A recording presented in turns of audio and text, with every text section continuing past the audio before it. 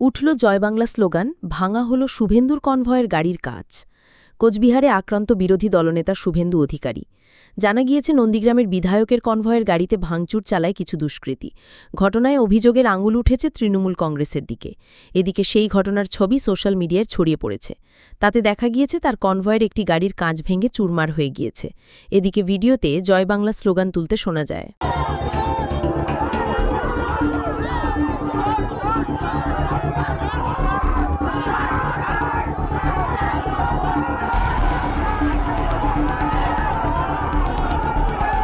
Party অফিসে আসবে, ওনার একটু গুরুত্বপূর্ণ বৈঠক রেখেছে। যেহেতু কুচবিহারে শুভেন্দু অধিকারী আজকে আসবে, সেই শুভেন্দু অধিকারী আশাকে তৃণমূল কংগ্রেসের কর্মীরা, তৃণমূল কংগ্রেসের যারা নেতা মন্ত্রী, তারা ভয় পেয়েছে। আজকে কোচবিহারে তৃণমূল কংগ্রেসের পায়ের নিচে মাটি নেই।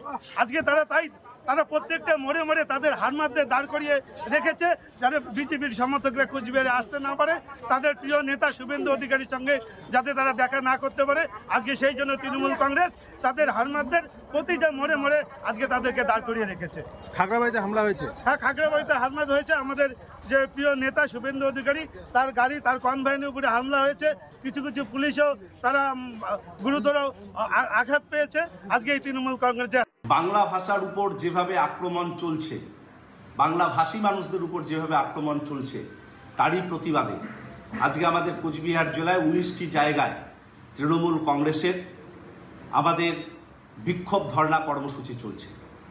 কোচবিহার 2 নং ব্লকের কোচবিহার শহরের ঢোকার মুখে খাগড়াবাড়িতে এইরকম একটি কর্মসূচি চলছিল।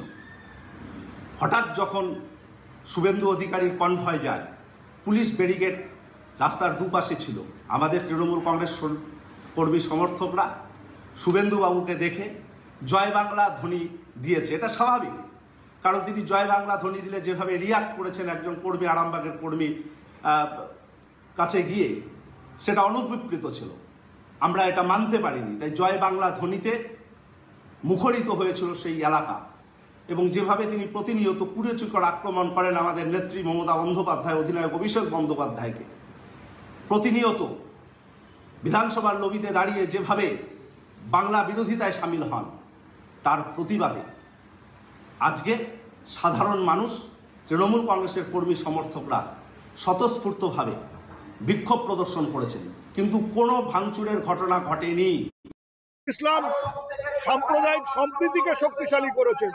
চারণ কবি মুকুন্দ দাস এই ভাষায় গান লিখে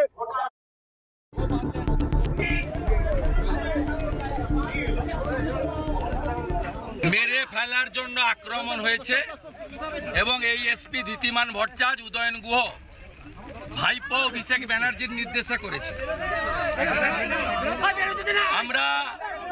আমরা এর কাছে রিসিভ করিয়েছি বরেন বর্মন, নিখিল রঞ্জন দে এবং সুশীল বর্মনের উপর যে হামলা, তার সিডিও জমা দিয়েছি আর রিসিভ করিয়েছি।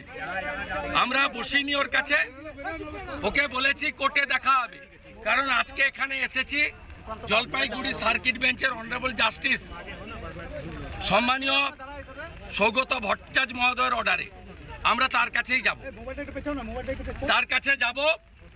উনি বলছিলেন যে গাড়ি ভেঙেছে তাকে অ্যারেস্ট করা হয়ে গেছে। আরে অ্যারেস্ট তো উদয়ন গুহকে আগে করতে হবে।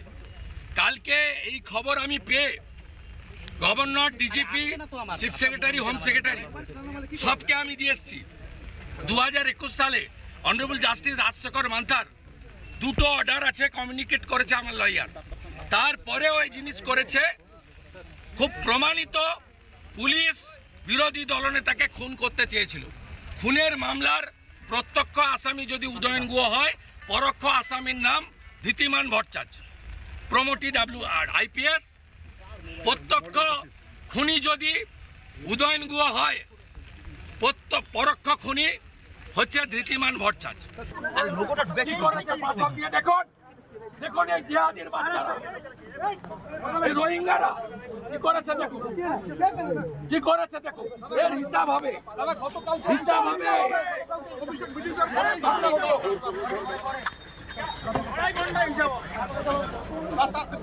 জয় শ্রীরাম, জয় শ্রীরাম, জয় শ্রীরাম।